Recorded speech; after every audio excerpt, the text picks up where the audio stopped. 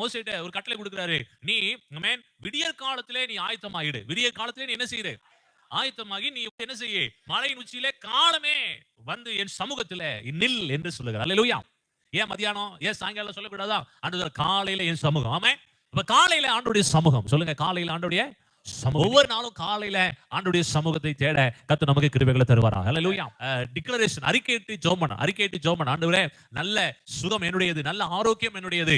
ஆமென். ஆண்டவர் எனக்கு அதிகாரங்களை தருகிறார். ஆண்டவர் எனக்கு ஆமென் பணங்களை தருகிறார். ஆண்டவர் எனக்கு சுகத்தை தருகிறார். ஆண்டவர் எனக்கு செல்வத்தை தருகிறார் என்று சொல்லி காலையில என்ன செய்யணுமா? டிக்ளேர் பண்ணணும், அறிக்கையிடணும். சொல்லுங்க ஆமென். ஆமா, நம்ம அறிக்கையிட்டு ஜெபம் பண்ண ஆண்டவர் ஆமென் பார்க்கிறாரு. அதை ஆண்டவர் நமக்கு சாத்தியமாய் கர்த்தர் மாற்றி தருகிறார். ஹல்லேலூயா. அப்ப ஆண்டவருடைய சமூகத்தில் அதிகாலையில போய் நிற்க கர்த்தர் நமக்கு கிருபைகளை தருவாராக. ஹல்லேலூயா. உன்னோடு கூட ஒருவரும் அங்கே என்ன செய்ய வேண்டாம்? வரக்கூடாது. அது அப்ப இது personal time between you and me. எனக்கும் உனக்கும் மாத்திரம் என்ன செய்யட்டும்? இருக்கட்டும். உனக்கு குடும்பம் இருக்கலாம், பிள்ளைகள் இருக்கலாம், மனைவி இருக்கலாம், எல்லாம் ரைட் தான், இருக்கட்டும். வேண்டாம்னு சொல்லல. ஆனா ஆண்டவர் சொல்றாரு, எனக்கு இன்னும் கொஞ்சம் நேரத்தை என்ன செய்யும்? செலவிடு அப்படிங்கிற. ஹல்லேலூயா. யாரும் உங்க கூட வேண்டாம். சொல்லுங்க ஆமென். எல்லாரும் அதுக்காக எல்லாத்தையும் விட்டுடு அப்படின்னு சொல்லிட்டு வரல. மனைவி விட்டுரு, பிள்ளைகளை விட்டுரு. ஆண்டவர் என்ன சொல்றாரு? கொஞ்ச நேரம் என்னோட காலையில மாத்திரம் என்னோட கூட பர்சனல் டைம் என்ன செய்? செலவிடுங்கிறார். ஹல்லேலூயா. ஹல்லேலூயா. ஆமென். உன்னோடு கூட ஒருவனும் அங்கே என்ன செய்யக்கூடாது? வரவில்லை.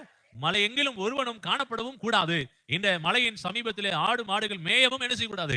கூடாது. ஆமென். இது பர்சனலா கம்ப்ளீட்டா நான் எனக்கு உனக்குமான ஒரு நேரமாக என்ன செய்யட்டும்? இருக்கட்டும் என்று ஆண்டவர் சொல்றார். ஹல்லேலூயா.